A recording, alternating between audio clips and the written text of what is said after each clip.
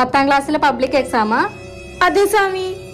പുസ്തകം എടുത്ത് പഠിക്കാൻ നോക്കുമ്പോ ഫേസ്ബുക്ക്, ഇൻസ്റ്റാഗ്രാം അങ്ങനെ പൊട്ട ചിന്തകളാണ് മനസ്സിൽ വരുന്നത്. അതെ സ്വാമി. എന്ന് ഉറങ്ങാന്ന് വിചാരിച്ചു കിടന്ന മനസ്സിൽ പേന, പേപ്പർ, പരീക്ഷാ ഹാള് അതൊക്കെയാണ് വരുന്നത്. ഉറക്കം വരുന്നില്ല അല്ലേ? ഓ ശരിയാണ് സ്വാമി, ശരിയാണ്. ഇതിനെങ്ങനെയാണ് ഒരു പരിഹാരം കാണിച്ചു തരണം? പരിഹാരം അല്ലേ?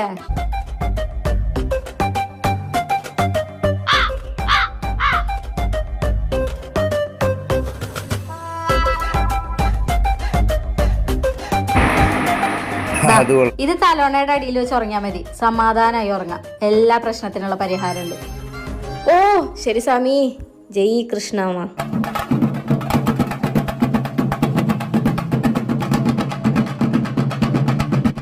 എന്താ രച്ചു, എല്ലാം പഠിച്ചു കഴിഞ്ഞാ? ഞാൻ ഇന്നലെ ഒരു സ്വാമിജീനെ കണ്ടു. എന്റെ എല്ലാ പ്രശ്നങ്ങൾക്കുള്ള പരിഹാരം ആള് കണ്ടു തന്നു. എനിക്കിങ്ങനെ സംസാരിച്ചിരിക്കാൻ സമയമില്ല. ഞാൻ പോട്ടെ. ദേ സമയം 4 മണിയായി. ഇനി നീ എങ്ങോട്ട് പോയിട്ട് എന്തുണ്ടാക്കാനാ?